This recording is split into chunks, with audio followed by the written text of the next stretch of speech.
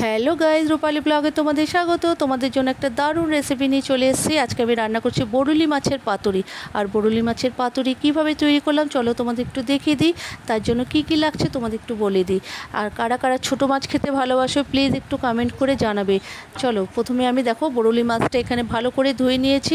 এখানে আমি কুমড়ো পাতা ব্যবহার করেছি, তোমরা এখানে পারলে লাউ পাতা ব্যবহার করতে পারো। এখানে নিয়েছি পেঁয়াজ, কাঁচা লঙ্কা, টমেটো, বেগুন, আলু আর ধনেপাতা, সব কিছু একসাথে মিক্সড করে তার মধ্যে দিয়ে দিয়েছি মাছ। এখানে দিয়ে দিয়েছি হলুদ, কাশ্মীরি লঙ্কার গুঁড়ো। তোমরা যদি ঝাল খেতে ভালোবাসো তাহলে ঝালের পরিমাণটা একটু বেশি দিতে পারো। এখানে তোমরা রেড চিলি পাউডার ব্যবহার করতে পারো, নাহলে কিন্তু কাঁচা লঙ্কা বাটাও দিতে পারো। যারা ঝাল পছন্দ করো তাদের জন্যই বললাম। আর দিয়ে দিয়েছি দেখো নুন আর সরষের তেলের পরিমাণটা একটু বেশি দেবে, যেহেতু পাতুরি বলে কথা। আর কারা কারা ছোটো মাছ ভালোবাসো প্লিজ একটু কমেন্ট করে জানাবে। আর তোমরা কে কীভাবে পাতুরি রান্না করো প্লিজ সেটাও আমাকে কমেন্ট করে জানাবে। দেখো ভালোভাবে মিক্সড করবে। আর প্রত্যেকটা পাতা কিন্তু আমি একটু উষ্ণ হালকা গরম জলে ভাপিয়ে নিয়েছিলাম। দেখো একটা পাতা তোমাদের আমি র্যাপ করে দেখাচ্ছি কিভাবে আমি র্যাপ করেছি।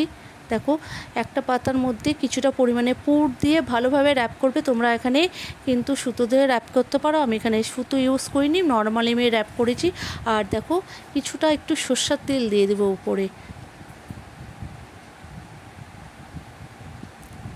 প্রত্যেকটা পাতা কিন্তু আমি এইভাবে র্যাপ করেছি, ভালোভাবে মুড়িয়ে দেবে। দেখো প্রত্যেকটা পাতা আমার রেডি হয়ে গেছে।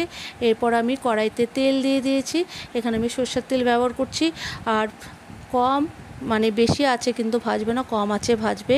পাতুরি বেশি আছে ভাজলে পুড়ে গেলে একদম স্বাদ পাবে না, ভালো লাগবে না। কম আছে সব সময় ভাজার চেষ্টা করবে। দেখো প্রত্যেকটা আমি এভাবে ভেজে নিয়েছি।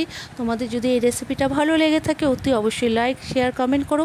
আর গরমকালে পাতলা মসুর ডাল এইভাবে বরুলি মাছের পাতুরি খেয়ে দেখো, আশা করি তোমাদের সবার ভালো লাগবে।